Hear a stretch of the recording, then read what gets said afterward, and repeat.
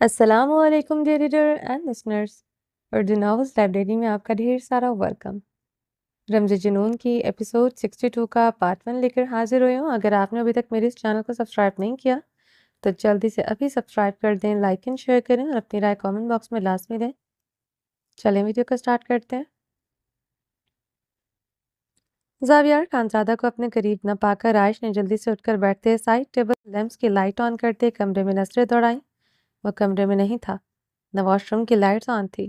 اسے کمرے میں نہ پا کر وہ گہرے سانس لیتے خدا کا شکر ادا کر گئی تھی۔ اسے اپنی سانس سے بحال ہوتی محسوس ہوئی تھی۔ وہ اس کنڈیشن میں بھی اس پر اپنا وزن ڈال کر اپنے بے حد قریب کی یہ رات میں سو گیا تھا۔ زاویار خانزادہ کے مخصوص مردانہ سینٹ کی خوشبو سے ساری رات اسے اپنی سانسیں بند ہوتی محسوس ہو رہی تھی۔ وہ اضطرابی انداز میں لب کچلتے بے چینی سے اٹھتی، کمرے کے گلاس ونڈو کے پاس کھڑے ہوتے اس کے آگے سے دبیس پر پردے ہٹا گئی تھی۔ صبح کی سفیدی نمودار ہو چکی تھی، پہاڑوں پر سورج کی کرنیں آب و تاب سے چمک رہی تھی۔ بلند و بانگ سرسبز پہاڑ کسی دیو کامت کی طرح کھڑے تھے۔ وہ گلاس وال سے شبنم کے قطروں کو نرمی سے چن گئی تھی۔ کبھی سے یہ پہاڑ بہت اچھے لگتے تھے، اب اسے انہیں پہاڑوں سے نفرت ہو چکی تھی۔ پوری دنیا گھومی تھی مگر کلام کی سرزمین پر قدم رکھتے وہ اس کی خوبصورتی کی شدائی ہو چکی تھی۔ آج اسے کلام سے شدید نفرت تھی۔ وہ مرد بھی تو بے انتہا خوبصورت تھا، پرکشش، سحر انگیز، عالیشان، بلند و قد و قامت، ان پہاڑوں کی طرح مضبوط معلوم ہوتا تھا۔ وہ اتنا سحر انگیز تھا کہ وہ کبھی کبھی خود کو اس کے سامنے پھیکا محسوس کرنے لگتی تھی۔ وہ جسے خود پر اپنی خوبصورتی پر غرور تھا مگر اس کے سامنے خود کو دبتا محسوس کرتی تھی۔ وہ اس سیاہ سلیو لیس نائٹی میں کھڑی گلاس ونڈو میں نظر آتے اپنے مدھم سے عکس کو دیکھ کر رہی تھی۔ وہ حاکم تھا، وہ اس کی محکوم، شاید اس لیے وہ خود کو اس کے سامنے کچھ بھی محسوس نہیں کرتی تھی۔ وہ کچھ محسوس کرنے ہی نہیں دیتا تھا۔ عائش کی نگاہیں گلاس وال سے نظر آتے حویلی کے پچھلے لان کی زمین پر جمے خون پر پڑی تھی۔ زمین خون سے لت پت تھی۔ یہ کس کا خون ہے؟ اس کا کیا؟ جس نے مجھے چھونے کی کوشش کی، یا کسی اور کا خون ہے؟ وہ اتنا زیادہ خون دیکھ کر اپنی گردن پر ہاتھ رکھ گئی تھی۔ سانسیں آنا بند ہوئی تھی۔ اس حویلی میں تو ایسے لگتا تھا جیسے یہاں کسی کی جان کی کوئی قیمت ہی نہیں ہے۔ اور خوف سے اس پر خون پر نگاہیں جمائے ہوئی تھی جو اس پتھریلی زمین کو سرخ کیے ہوئے تھا۔ اس ڈیرے پر پلر کے ساتھ بندھا اذان ملک یاد آیا تھا، جس کے کپڑے خون میں لت پت اس کے بدن کے ساتھ چپکے ہوئے تھے، جو جگہ جگہ سے پھٹ چکے تھے۔ اس کا سر جسم کا کون سا حصہ ایسا تھا جہاں اس التمش نے اسے چابک سے نہ مارا ہو؟ اس کے سامنے ہی التمش نے اذان کو کتنی بے دردی سے مارا تھا۔ اذان ملک کو زخموں سے چور پانی تک نہیں دے رہے تھے۔ خدا کرے التمش تم بھی کسی دن خون میں نہا جاؤ، تمہاری لاش کو کوئی کندھا دینے والا نہ ہو، تم بھی پانی کے لیے تڑپو اور تمہیں پانی دینے والا کوئی نہ ہو، جس کے وفادار بنے پھرتے ہو اس کے ہاتھوں سے تمہاری بے درد موت ہو۔ وہ ہمیشہ کی طرح زیر لب ان ظالموں کے لیے بد دعائیں کر رہی تھی۔ کاش یہ خون تمہارا ہوتا التمش، میرا بدن چین پاتا۔ وہ کپکپاتے لبوں سے بولتے پردے برابر کرنے لگی تھی کہ زاویار خانزادہ سیاہ شلوار قمیض میں ملبوس، سیاہ شال کندھوں پر ڈالے، نم بالوں کے ساتھ خوشبو میں بسا ڈریسنگ روم سے نکلتے اس کے پیچھے آ کھڑا ہوا تھا۔ زاویار خانزادہ کا مدھم عکس گلاس وال پر ابھرتے دیکھتے عائش نے سرا سنگی سے اسے دیکھا تھا۔ وہ بے حد سرخ تندو تیز چہرے کے ساتھ اسے شعلہ بار نگاہوں سے گھور رہا تھا۔ یہ کس حلیے میں کھڑی ہو؟ وہ اسے سیاہ سلیو لیس گھٹنوں تک آتی نائٹی میں کھڑے دیکھ کر گھرایا۔ عائش گھبراتے ہوئے جلدی سے پردے برابر کر گئی تھی۔ زاویار خانزادہ بھاری قدموں سے اس کی طرف بڑھتے، اسے بازوں سے جکڑے سیدھا کرتے، اسے گلاس وال کے ساتھ لگاتے اس کی گردن پر ہاتھ رکھ گیا تھا۔ عائش زاویار خانزادہ کی آنکھوں میں بے پناہ سرخی دیکھ کر خوفزدہ ہوتے اپنی نیلی گہری آنکھیں پھیلا گئی تھی۔ مقابل کا رات والا روپ یاد کر کے اس پر خوف سے کپکپی طاری ہوئی تھی۔ یہ تمہارا لاہور کا بنگلہ نہیں ہے، نہ ہی استنبول کا ساحل سمندر جہاں تم اس طرح کی بیہودہ ڈریسنگ کرو۔ وہ اس کے قریب ہوتے اس کی گردن پر دباؤ ڈالتی، اس کی نیلی آنکھوں میں اپنی سرخ آنکھیں گاڑتے گرایا تھا۔ التمش خانزادہ نے جو کیا زاویار خانزادہ کے پورے جسم میں شعلے سے دہک رہے تھے۔ اس کا پور آگ کی مانند جل رہا تھا۔ جس پر اپنے آپ سے بڑھ کر بھروسہ کیا، وہ اس کے ہی گھر میں نقب لگا کر بیٹھا تھا۔ وہ اس وقت عائش کو اس حلیے میں گلاس ونڈو کے سامنے کھڑا دیکھ کر اپنے حواس کھو بیٹھا تھا۔ کوئی گارڈ، کوئی ملازم ادھر سے گزر سکتا تھا۔ عائش گلاس ونڈو کے ساتھ لگے زاویار خانزادہ کو اتنے غصے میں دیکھتے تھر تھر کانپ رہی تھی۔ کیا وہ استنبول میں ہوئی ملاقات میں وہ اسے پہچان چکا تھا؟ وہ بھیگی آنکھوں سے اسے دیکھتے سوچ رہی تھی۔ وہ بھی تو ستمگر کو پہچان چکی تھی۔ وہ سمندر میں جتنا ظالم لگا تھا، ہر ملاقات میں پہلے سے مقابل بڑھ کر ظالم لگا تھا۔ ہمت کیسے ہوئی اس طرح کا لباس پہن کر کھڑکی کے آگے کھڑے ہونے کی؟ اس کی گردن پر دباؤ بڑھاتے گراتے ہوئے سوال کر گیا، زاویار، مجھے لگا یہاں کوئی نہیں ہو سکتا۔ نائٹی گاؤن آپ نے ریموو کیا تھا؟ عائش نے اسے سراسیمہ شکوہ کے نگاہوں سے دیکھا۔ اپنے پہلو میں وہ یہ اتنے کپڑے بھی برداشت نہیں کرتا تھا۔ رات پتہ نہیں کیسے رہنے دیے تھے۔ جب تک میرے نکاح میں ہو، میری ملکیت میں ہو، تم پر کسی کی ایک نکاح گوارا نہیں عائش ملک۔ آئندہ اس طرح کے حلیے میں مجھے کھڑکی کے آگے کھڑی نظر آئی تمہارا بہت برا حال کروں گا۔ گاؤن ریموو کرو یا تمہیں بنا کپڑوں کے اپنے قریب رکھوں۔ بیوی ہو میری، بستر پر میرے پہلو میں، مجھے تم ایسا ہی چاہیے ہو، مگر کسی مرد کے سامنے تو کیا کسی عورت کے سامنے بھی تمہارے تن سے اب شال نہ اترے۔ اس کی گہرائیوں پر اپنی دیے گئے نشانات کو بغور دیکھ کر اس کی گردن چھوڑ چکا تھا۔ وہ رات اس پر کافی ستم کر چکا تھا۔ عائش گہرے سانس لیتے ایک گلاس وال میں سما گئی تھی۔ ڈریسنگ روم میں تمہاری ضرورت کا ہر سامان موجود ہے۔ آئندہ مجھے کسی ملازم سے بات کرتی نظر نہ ہو۔ کچن میں اپنا کام خاموشی سے مکمل کرو اور کمرے میں آ جایا کرو۔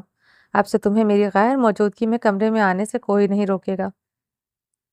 وہ اسے شعلہ بار نگاہوں سے گھورتے لفظ چبا گیا تھا۔ جتنی سینے میں آگ دہک رہی تھی، اتنی ہی مقابل کی ضرورت تھی۔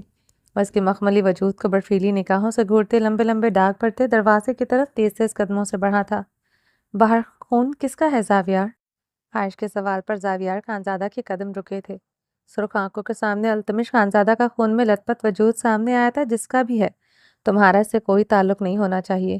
وہ گلے میں گلٹی سی ابھرتے اس کے ساتھ بولتے اپنی مٹھیاں دبوچ کیا تھا۔ آنکھوں میں سرخی کے ساتھ وحشت سی اتری تھی۔ تعلق تو نہیں، مگر خون کا رنگ سب کا ایک ہی ہوتا ہے۔ پتہ نہیں کیوں اس خون کو دیکھتے ہی آسان ملک کی یاد آ گئی۔ وہ بھیگے لہجے میں کرب سے ڈوبی ہچکی لے گئی تھی۔ اذان ملک التمش خانزادہ کے بے درد مار پر کوما میں چلا گیا تھا۔ وہ کیسا ہے؟ وہ ابھی تک جان نہیں پائی تھی۔ صحیح کہا، خون کی رنگت ایک جیسی ہوتی ہے۔ تمہیں تو اس خون کو دیکھتے ہی اپنے بھائی کی یاد آ گئی، مگر مجھے اپنے ارتضا کی یاد خون دیکھتے نہیں، آگ دیکھ کر آتی ہے، جسے تمہارے بھائی نے بہت بے دردی سے جلتی آگ کے شعلوں کی نظر کر دیا تھا اور تم اسے جلتا چھوڑائی تھی۔ وہ بنا پلتے ہی زخمی لہجے میں بولتے زخمی سا مسکرایا تھا۔ خون کی رنگت ایک جیسی ہو سکتی ہے، مگر خون ایک جیسا نہیں ہوتا۔ اگر ایسا ہوتا تو تم کبھی میرے بھائی کو یوں جلتے ہوئے چھوڑ کر اپنے بھائی کو لے کر نہ بھاگتی۔ وہ سرخ چہرے کے ساتھ اپنی سیاہ شال گردن میں چھٹکتے ہوئے دروازہ کھولتے لمبے لمبے داغ پھڑتے چلا گیا تھا۔ زاویار خانزادہ کی گاڑی ڈیرے پر آ کر رکی تھی۔ اس کی رنگت میں سرخیاں گھلی ہوئی تھی، آئیبرو بری طرح تنے ہوئے تھے، سرخ سفید گردن کے رگیں بری طرح پھولی ہوئی تھی۔ وہ اپنی گاڑی سے اترتے ڈیرے کے کھلے گیٹ کے اندر داخل ہو گیا تھا۔ اسے دیکھتے رومیو اور ٹائٹین اس کی طرف بھاگتے ہوئے آئے تھے۔ آج زاویار خانزادہ نے انہیں جھکتے ہوئے پیار سے سہلایا نہیں تھا۔ وہ زاویار خانزادہ کے لیے بےتاب ہوتے، اس کے پیروں سے لپٹتے، اس کے بوٹ چاٹتے، اسے اپنی طرف متوجہ کرنے کی کوشش کر رہے تھے۔ زاویار خانزادہ تند و تیز سرخ چہرے کے ساتھ آگے بڑھ رہا تھا۔ اس کے قدموں کا رخ ڈیرے کے تہ خانے کی طرف تھا۔ وہ برآمدے سے اندر داخل ہوتے، ایک دروازہ کھولتے، تنگ سی سیڑھیاں تیز تیز اترتے ہوئے تہ خانے میں داخل ہوا تھا۔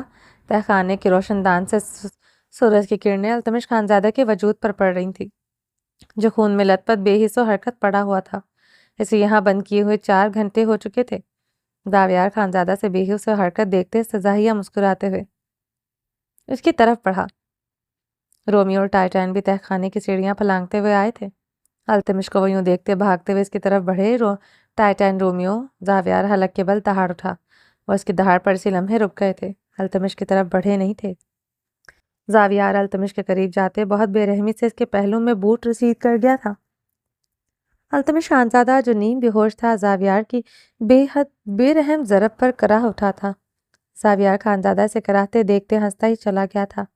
اٹھ کر دیکھ، تجھ سے کہیں بہتر یہ ٹائٹن رومیو ہے۔ کاش میں تیری جگہ ایک اور کتا پال لیتا۔ زاویار خانزادہ کے پہلو میں دردناک ضربے لگاتا چیخا تھا۔ التمش خانزادہ نے کراہتے ہوئے اپنی زخمی نیم و آنکھیں بمشکل کھولتے زاویار خانزادہ کو دیکھا تھا۔ پانی۔ وہ زاویار خانزادہ کو دیکھتے آہستگی سے فریاد کر گیا تھا۔ پانی چاہیے تجھے؟ زاویار خانزادہ نے چیختے ہوئے اس کے چہرے پر بوٹ کی ضرب لگائی تھی۔ التمش خانزادہ کراہتے ہوئے پھر سے اپنے ہوش کھو رہا تھا۔ زاویار خانزادہ سے حواس کھوتے دیکھتے پنجوں کے بل بیٹھتے اس کے خون میں لتڑے بالوں کو بے رحمی سے مٹھی میں دبوچ گیا تھا۔ کیوں کیا میرے ساتھ ایسا؟ کیوں التمش کیوں؟ زاویار خانزادہ اس کے بال مٹھی میں جکڑے درد و کرب سے چیخا تھا۔ التمش خانزادہ بمشکل آنکھیں کھولتے ہوئے زاویار خانزادہ کو دیکھتے زخمی سا مسکرایا تھا۔ خان آپ نہیں سمجھ سکتے وفاداری کیا ہوتی ہے، آپ نہیں سمجھ سکتے۔ وہ بمشکل بولتے کھانسا تھا۔ کیا فرق ہے بتا اس اجمل کتے میں اور تجھ میں؟ اس نے میری بیوی پر نظر رکھی، تو نے میری بہن پر؟ زاویار خانزادہ کے بال جکڑے اس کا جبڑا بے رحمی سے دبوچ گیا۔ التمش خانزادہ کی آنکھیں بند ہوئی تھی۔ آنکھیں کھول ورنہ تیرے جبڑے میں ہاتھ ڈالتے تیری زبان نکال لوں گا۔ جس غلیظ زبان سے تو نے مجھے خان خان کہتا پھرتا ہے۔ زاویار خانزادہ کو راہتے ہوئے ایک ہاتھ اس کا جبڑا دبوچے دوسرے ہاتھ کی انگلیوں سے اس کی آنکھیں بے رحمی سے خود ہی کھول گیا تھا۔ التمش کراہتے ہوئے زاویار خانزادہ کو اب بمشکل دیکھ رہا تھا۔ پتا ہے اجمل نے جو کیا ہے، اسے 2 گولیاں مار کر سکون مل گیا تھا، مگر تجھے اتنا مارا ہے پھر بھی سکون نہیں مل رہا۔ دل کر رہا ہے تیری ایک ایک رگ بے رحمی سے کاٹوں اور تو درد سے تڑپتا رہ جائے، مگر تیری جان پھر بھی نہ نکلے۔ وہ گرراتے ہوئے اس کی آنکھوں میں اپنی سرخ آنکھیں گاڑ گیا۔ التمش خانزادہ درد سے کراہتے ہوئے اپنی آنکھوں کو کھلا رکھنے کی کوشش کر رہا تھا۔ خان، التمش کی جان بھی آپ پر قربان۔ زاویار خانزادہ اس کے لفظ دہراتے اس کی آنکھوں کو دیکھتے ہی ہنستا ہی چلا۔ التمش خانزادہ بہتی آنکھوں سے زاویار خانزادہ دیکھتے مدھم سا مسکرا رہا تھا۔ اس کے خون میں لت پت چہرے پر اس کے آنسو گر رہے تھے۔ جان تو قربان کرنا دور کی بات ہے، تو میری عزت کی حفاظت نہ کر سکا۔ زاویار خانزادہ سے نم زخمی نگاہوں سے دیکھتے اس کے چہرے پر پوری قوت سے تھپڑ جڑ چکا تھا۔ التمش خانزادہ کی پھر سے آنکھیں بند ہوئی تھی۔ ٹائٹن رومیو التمش خانزادہ کی حالت دیکھتے ایک طرف کھڑے زبان باہر نکالتے بھونکنا شروع ہو چکے تھے۔ Titan Romeo! زاویار انہیں یوں مچلتے دیکھتے دہاڑ اٹھا تھا۔ وہ زاویار کی تنبیہی پکار سمجھتے ہوئے سیڑھیاں چڑھتے ہوئے اوپر کی طرف بڑھ گئے تھے۔ اب پالوں گا ایک اور کتا جس کا نام رکھوں گا التمش، زاویار خانزادہ غصے سے چیخا تھا۔ مجھ سے غلطی ہوئی التمش، جو تجھ پر اعتبار کیا، اپنی عزت کی ذمہ داری تجھ پر ڈالی، اپنی بہن کے قریب کبھی کسی مرد کو پھٹکنے نہیں دیا، مگر تجھ پر آنکھ بند کر کے اعتبار کیا کہ میرا التمش میری بہن کی طرف دیکھنے والی کی نہ صرف آنکھیں نوچے گا بلکہ اپنی بھی آنکھیں نوچ ڈالے گا اگر غلطی سے بھی تیری اپنی اس پر نظر پڑ گئی۔ زاویار خانزادہ اس کے بال بے دردی سے دبوچتے ہوئے زخمی لہجے میں گررا رہا تھا۔ التمش کے زخمی لبوں پر مدھم سی مسکراہٹ رنگ رہی تھی۔ تجھ جیسا انسان اس کے پاس اس کے باپ کا نام ہی نہیں، اسے کیا پتا عزت کیا ہوتی ہے۔ زاویار کی بات پر وہ اسی لمحے آنکھیں کھول گیا تھا۔ گالی مت تو خان، جان سے مار ڈالوں گا۔ وہ اپنی پوری قوت سے چیخ اٹھا تھا۔ میری جان لے گا تو؟ میری جان لے گا؟ زاویار خانزادہ کھڑے ہوتے اس کے پہلو میں اپنے بھاری بوٹوں کی ضربیں لگانے لگا۔ میرا اعتبار توڑا، میری بہن پر نظر رکھی، خود سے بڑھ کر تجھ پر اعتبار کرتا تھا۔ زاویار خانزادہ حلق کے بل چیختے ہوئے اسے مارتا جا رہا تھا۔ بھائی مانا تھا تجھے التمش، کیوں کیا تو نے ایسا؟ وہ اب چیختے ہوئے اس کے چہرے پر بوٹوں کی ضربیں لگا رہا تھا۔ التمش خانزادہ پھر سے اپنے ہوش کھو بیٹھا تھا۔ زاویار خانزادہ اس کے ساکت وجود کو دیکھتے پیچھے ہوتے دیوار سے ٹیک لگا گیا۔ وہ التمش کو دیکھتے اپنے کانپتے ہاتھوں سے اپنی قمیض سے سگریٹ لائٹر نکال کر سگریٹ جلاتے لبوں سے لگا گیا۔ وہ سگریٹ کے گہرے کش لیتے التمش پر نگاہیں گاڑے ہوئے تھا۔ نفرت ہے مجھے تم سے التمش، وہ کپ کپاتے لبوں سے بولتے دھوئیں کے مرغولے چھوڑ رہا تھا۔ بھائی مانتا تھا تجھے، کیوں کیا میرے ساتھ ایسا؟ زاویار جلتا سگریٹ زمین پر پھینکتے اسے بوت سے مسلتے اس کے ساکت وجود کو دیکھتے اپنے بال مٹھیوں میں دبوچتے حلق کے بل چیخ اٹھا تھا۔ دوسرے لمحے وہ اپنی سرخ نم آنکھیں بازوں سے رگڑتے ہوئے تیز تیز قدموں سے سیڑھیاں چڑھتے ڈیرے سے باہر نکلتا چلا گیا۔ عائش نیلے چنوٹوں والے فراک میں ملبوس کچن میں کھڑی برتن دھو رہی تھی۔ اس کی نیلی شال کچن میں پڑی چھوٹی گول ڈائننگ ٹیبل کی کرسی پر پڑی تھی۔ وہ اپنے بالوں کو رف سے انداز میں جوڑے کی شکل میں لپیٹے ہوئے تھی۔ زینب خاتون اور 2-3 ملازماؤں نے دوپہر کا عالیشان کھانا تیار کیا تھا۔ آلیان خان اور زاویار خانزادہ تبریز خان حویلی میں تھے، اس لیے کھانا کھانا بہت بازک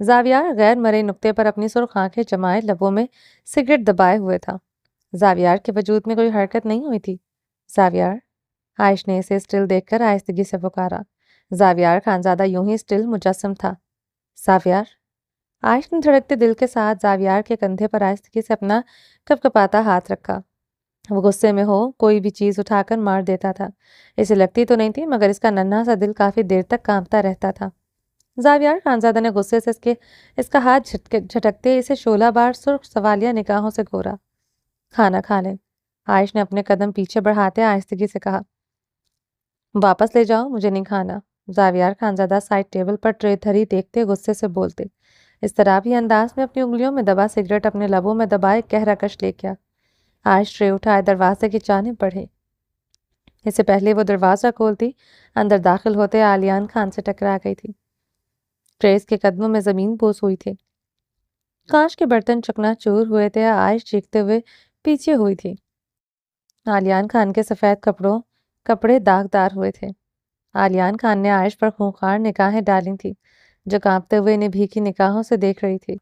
زاویار خانزادہ یہ دیکھتے جلدی سے بیڈ سے اٹھتے عائش کی طرف بڑھتے اسے اپنی چوڑی پشت کے پیچھے کر گیا تھا۔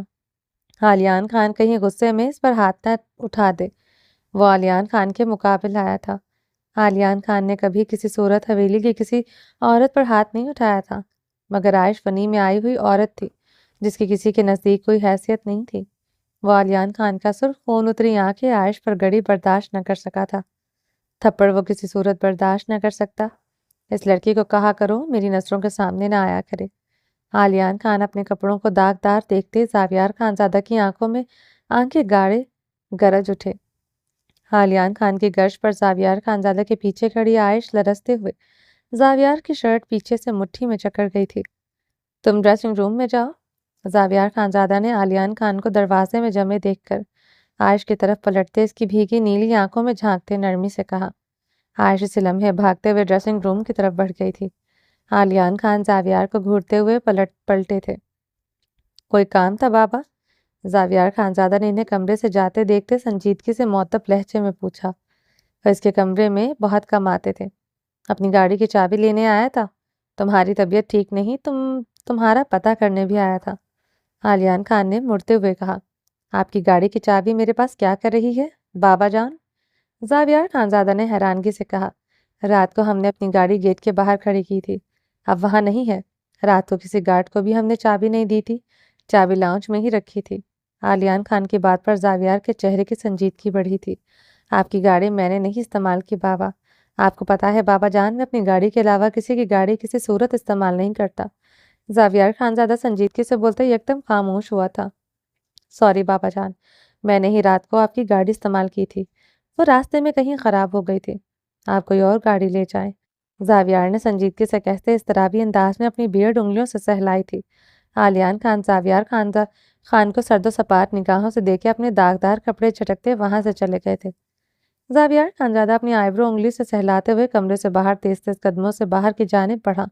عالیان خان کی گاڑی کی چابی کی مخصوص کی چین اس نے کل رات التمش خان کو پیٹتے اس کے پاس فرش پر گری سمر کے کمرے میں دیکھی تھی۔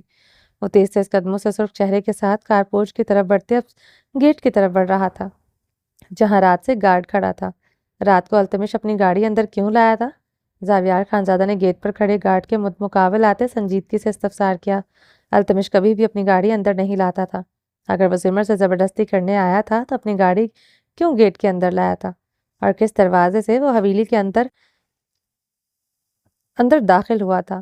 حویلی کے داخلی دروازے کی چابی بلکہ کسی بھی دروازے کی چابی التمش کے پاس نہیں تھی۔ وہ خان گارڈ اتنا بولتے خاموش ہوتے نظریں چکا گیا تھا۔ کیوں لایا تھا گاڑی وہ اندر کیسے داخل ہوا؟ زاویار گرجتے ہوئے اپنی پسٹل گارڈ کی پیشانی پر رکھ گیا۔ خان، التمش کے ساتھ اس کی گاڑی میں چھوٹی بی بی بھی تھا، گارڈ نے گھبراتے ہوئے جلدی سے بتایا۔ زاویار خانزادہ جتنے غصے میں تھا کوئی بعید نہیں تھا گولی چلا ڈالتا۔ یہ کیسے ہو سکتا ہے؟ زمر کیسے اس کے ساتھ ہو سکتی ہے؟ زاویار خانزادہ غصے سے پاگل ہوتے تیش و آدم سے گرج اٹھا تھا۔ پتہ نہیں خان، ہم نے التمش کے لیے گیٹ اتنا رات کو اس لیے کھولا تھا کہ ان کے پیچھے آپ کا چھوٹا بہن بیٹھا ہوا تھا۔ وہ گھبراتے ہوئے ایک ہی سانس میں بولا تھا، سمر۔ زاویار خانزادہ کے لبوں سے بے یقینی سے نکلا تھا۔ دوسرے لمحے وہ گارڈ کی پیشانی سے پسٹل ہٹائے تیزی سے کار پورچ کی طرف بڑھتے داخلی دروازے سے اندر داخل ہوا۔ اب کے بھاری قدموں کا رخ زمر خان کے کمرے کی طرف تھا۔ وہ تیش و عالم سے زمر خان کے کمرے میں داخل ہوا۔ کمرے میں نیم اندھیرا چھایا تھا، ٹیبل لیمپس آن تھے، وہ کمبل لیے سو رہی تھی۔ زمر، زاویار خانزادہ بیڈ کی طرف بڑھتے کمبل زمر خان کے چہرے سے ہٹاتے اسے پکارتے ہوئے دہاڑا۔ زمر نے زاویار کی دہاڑ پر دہاڑ ہڑبڑاتے ہوئے آنکھیں کھول کر اسے دیکھا۔ لالا، وہ جلدی سے اپنا دوپٹہ لیے خود پر لپیٹتے کانپتے ہوئے اٹھ کر بیٹھی تھی۔ وہ بخار میں تپ رہی تھی، پورا جسم آگ کی بھٹی کی مانند گرم تھا۔ وہ زمر کو خونخوار نگاہوں سے دیکھتے اس کے بالوں کو گدی سے بے دردی سے جکڑ گیا۔ زمر خان نے رکتی سانسوں سے اپنا خشک گلا تر کرتے بری طرح کپکپاتے ہوئے زاویار کو دیکھتے اپنے بال چھڑوانے کی کوشش کی جن پر وہ اپنی گرفت مضبوط کرتا جا رہا تھا۔ لالا، زمر خان نے زاویار کی آنکھوں میں خون اترا دیکھتے اسے روتے ہوئے پکارا۔ رات کو کہاں گئی تھی؟ التمش تمہیں کہاں سے لایا تھا؟ زاویار خانزادہ کے بالوں پر اپنا شکنجہ مضبوط کرتے گرایا۔ لالا، وہ التمش زاویار خانزادہ کے سوال پر لرزتے ہوئے خاموش ہو گئی تھی۔ لالا، وہ نہیں، ایک ایک لفظ سچ بتاؤ۔ جو التمش کا حال کیا، اس سے برا حال کروں گا تمہارا۔ زاویار خانزادہ حلق کے بل دہاڑا۔ خدا کے لیے لالا۔ زمر خان کراؤن میں سماتے ہوئے ہاتھ جوڑ گئی تھی۔ بچپن میں زاویار نے اسے کسی بات پر بہت مارا تھا، تب سے وہ اس سے ڈرتی تھی۔ بڑے ہونے کے بعد زاویار نے اس پر کبھی ہاتھ نہیں اٹھایا تھا، مگر وہ زاویار کے قریب جا ہی نہ سکی تھی۔ سچ بتاؤ زمر، پتہ لگا لوں گا، اس کے بعد تمہارا جو حال کروں گا وہ سوچ ہے تمہاری۔ زاویار خانزادہ گرجا تھا۔ لالا، وہ زمر خان پھوٹ پھوٹ کر رو دی تھی۔ زمر، زاویار خانزادہ پسٹل اس کی پیشانی پر رکھ گیا۔ بتاتی ہوں لالا، زمر پسینے سے تر ہوتے بولی۔ بتاؤ، وہ غرایا۔ لالا، میری سہیلی کی مہندی تھی، مجھے لگا آپ نہیں جانے دیں گے، میں ادھر ہی جا رہی تھی، مجھے لگا میں صبح سے پہلے آ جاؤں گی، میں بابا کی گاڑی لے کر گئی تھی۔ زمر خان کی بات پر زاویار خانزادہ کی رنگت میں شعلے سے دہکے تھے۔ پاگل بنا رہی ہوں مجھے یعنی زاویار خانزادہ کو پاگل بنا رہی ہوں؟ سہیلی کی مہندی پر جا رہی تھی، وہ بھی رات کی تاریکی میں، وہ بھی اکیلی گاڑی میں۔ گاڑی چلانا کہاں سے سیکھی تم نے؟ کس یار کے ساتھ بھاگ رہی تھی زمر؟ وہ تیش و اشتعال سے چیخا تھا۔ لالا، قسم کھاتی ہوں، جس کی مرضی لے لیں، ارتضیٰ لالا کی لے لیں۔ وہ مجھے لگا التمش آپ سے کچھ نہیں کہے گا، اسے حکم دے کر ڈرا ڈالوں گی۔ گاڑی بچپن سے آپ سب کو چلاتے دیکھ رہی ہوں لالا، مجھے دیکھ دیکھ کر آ گئی گاڑی چلانا۔ ایک مرتبہ التمش سے گاڑی لے کر چلائی تھی، وہ گاڑی کے پیچھے بھاگتا ہوا آیا تھا، وہ میری ہر بات مان لیتا ہے، اسے پتہ ہے آپ کو بتائے گا آپ مجھے ماریں گے۔ مجھے لگا التمش کو ڈرا دھمکا کر اسے صبح اپنی سہیلی کے گھر بلا لوں گی اور اسی کے ساتھ واپس آ جاؤں گی، مگر اس نے مجھے راستے میں ہی پکڑ لیا۔ وہ میری کوئی بات سنے بغیر مجھے اپنی گاڑی میں بٹھا کر لے آیا۔ زمر خان ہچکیوں سے روتے ٹوٹے لفظوں سے بتا رہی تھی۔ یہ سب سنتے زاویار خانزادہ کی رنگت میں شرارے دوڑے تھے۔ التمش نے کمرے میں آ کر تمہارے ساتھ زبردستی کی تھی؟ زاویار خانزادہ کے سوال پر وہ زرد ہو چکی تھی۔ سچ بتانا زمر، ورنہ زبان حلق سے نکال کر گردن میں لپیٹ دوں گا۔ تم مجھے جانتی ہو، میں یہ کر سکتا ہوں۔ زاویار خانزادہ اس کی آنکھوں میں آنکھیں ڈالے گرجا تھا۔ لالا، میں ڈر گئی تھی آپ سے، مجھے معاف کر دیں پلیز۔ زمر نے روتے ہوئے ہچکی لی تھی۔ زاویار خانزادہ اس کی بات پر اس کے بال چھوڑ چکا تھا، اس کے قدم بری طرح لڑکھڑائے تھے، آنکھوں میں بڑھتی سرخی کے ساتھ نمی چھائی تھی۔ زمر خان للچتے ہوئے زاویار کو دیکھ رہی تھی، جو اپنے بال مٹھیوں میں دبوچے فرش پر نگاہیں گاڑے ہوئے تھا جہاں صبح التمش کا خون پڑا تھا۔ یہ کیا کیا تم نے زمر؟ زاویار خانزادہ چیخا تھا۔ دوسرے لمحے وہ زمر کی طرف بڑھتے سے بالوں سے دبوچے اس کے گال پر زناٹے دار تھپڑ جڑ گیا تھا۔ تھپڑ کی گونج سے کمرہ لرزا اٹھا تھا۔ لالا، زمر خان تکیے پر اوندھے منہ پڑی سسک رہی تھی۔ زاویار نے اس کے بالوں کے اوپر سے اس کی پچھلی گردن پر اپنی پسٹل کی نوک رکھی۔ زمر اب اپنی سانسیں روک گئی تھی۔ تم جانتی ہو مجھے سردار زاویار خانزادہ ہوں میں، کسی کی غلطی معاف کرنا میری سرشت میں شامل نہیں۔ سزا تو میں دے کر رہتا ہوں، تمہیں بھی سزا ملے گی۔ تمہاری سزا یہ ہے کہ تم اب حویلی سے باہر قدم نہیں رکھو گی، تمہارا کالج جانا بند، تمہارا کمرے سے نکلنا بند، تمہارا کھلی ہوا کے نیچے سانس لینا بند۔ اب سے تم اپنے کمرے سے بھی باہر قدم نہیں رکھو گی۔ زرق کو بلواتا ہوں، تمہارا نکاح کروا کر رخصت کرتا ہوں۔ زاویار خانزادہ اس کی پچھلی گردن پر پسٹل کی نوک کا دباؤ بڑھاتے گرایا۔ زمر خان کی دبی دبی سسکاریاں خارج ہوئی تھی۔ زاویار سائڈ ٹیبل سے زمر خان کا موبائل اٹھائے تیز تیز قدموں سے کمرے سے نکل گیا۔ زمر خان کی دل خراش چیخیں پورے کمرے میں گونج رہی تھی۔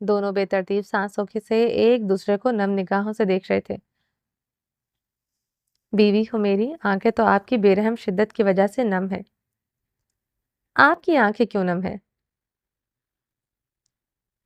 عنایا نے اپنے سرخ ہونٹوں پر زبان پھیرتے بھیگے لہجے میں پوچھا، جہاں درخزے کی بے رحم شدت سے شدید جلن ہو رہی تھی۔ جب جب مجھے خود سے دور دھکیلتی ہو سوین، پاگل ہو جاتا ہوں۔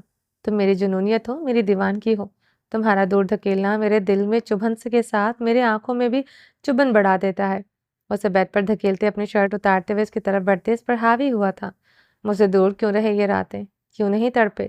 کیوں نہیں میرے قدموں میں بیٹھے؟ ایسے کرتے ہیں بیوی کو غلامی، ایسے بنتے ہیں رن مرید۔ عنایا اوپر ہوتے اس کی گردن میں دانت کاٹ گئی۔ وہ مسکراتے ہوئے اسے خود کے ساتھ لپٹا گیا۔ عنایا اس کی گردن پر دانتوں کی گڑھی بنا کر پیچھے ہوئی تھی۔ درخزے خانزادہ سے تکیے پر گراتے اس کی نائٹی گاؤن کی ڈوریاں کھولتے ہوئے اس کے لبوں کو پھر سے اپنے لبوں میں جکڑ گیا تھا۔ عنایا اس کے بالوں میں انگلیاں پھنسا گئی تھی۔ میں رن مریدی میں ہوں میری جان۔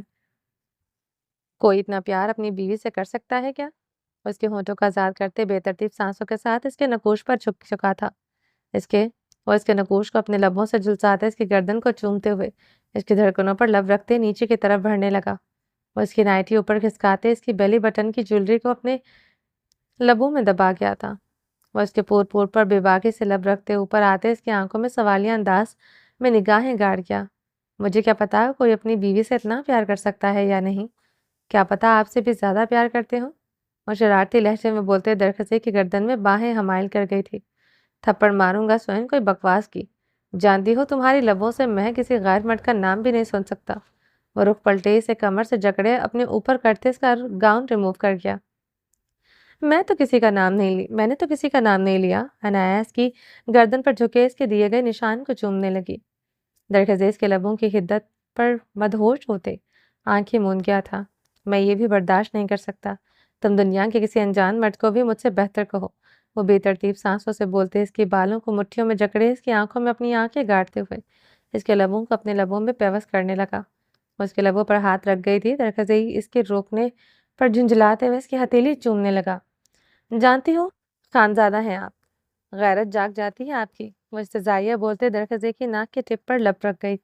آج کل بہت بے شرم ہو رہی ہوں میری جان، ذرا بے شرمی کی حدیں بڑھاؤ جانے من۔ اس طرح چومنے سے میرا کچھ نہیں ہوگا، تم مجھے بے باکی سے ذرا چھو کر دکھاؤ، مائی انوسنٹ بیوٹیفل وائف۔ وہ اس کا ہاتھ پکڑے اب سینے پر رکھتے اس کے نیچے کی طرف سرکاتے آنکھیں ونگ کر گیا تھا۔ مجھے نہیں چھونا آپ کو بے باکی سے چھونے کے لیے، آپ جو ہے۔ اس کے ہاتھ سے اپنا ہاتھ جلدی سے کھینچ گئی تھی۔ وہ تو میں ہوں میری جان۔ درخزے خانزادہ سے اپنے نیچے کرتے اس کی نائٹی ریموو کرتے اسے اسی لمحے اپنے بدن کا حصہ بنا گیا تھا۔ عنایا آنکھیں موندے اس کے ساتھ شدت سے لپٹی تھی۔ وہ اس پر اپنی شدتیں ڈھاتے ہوئے اس کے چہرے کو چومتے جا رہا تھا۔ تمہیں دیکھ کر میری غیرت نہیں جاگتی میری جان، تم میرا جنون ہو، میری محبت ہو۔ اپنی محبت کے لبوں سے کسی مرد کا نام نہیں سن سکتا۔ تم ہی وہ عورت ہو جس کے لبوں سے کسی غیر کا نام سن کر میں اپنی جان لینے کے ساتھ ساتھ تمہاری بھی لے سکتا ہوں، مگر تمہارے لبوں پر درخزے کے علاوہ کسی کا نام گوارا نہیں۔ وہ اپنی شدتوں میں تیزی لاتے اس کی زبان کو جکڑ گیا۔ کمرے میں گرم گرم شدتوں کا خوبصورت رقص و ساز جاری تھا۔ چلیں جی، باقی کا نیکسٹ ایپیسوڈ میں کنٹینیو کریں گے۔ امید ہے آپ کو یہ ایپیسوڈ پسند آئی ہوگی۔ چینل کو سبسکرائب نہیں کیا تو جلدی سے ابھی سبسکرائب کر دیں، لائک اینڈ شیئر کریں اور اپنی رائے کامنٹ باکس میں لازمی دیں۔ اپنا ڈھیر سارا خیال رکھیے گا، دعاؤں میں یاد رکھیے گا۔ اللہ حافظ۔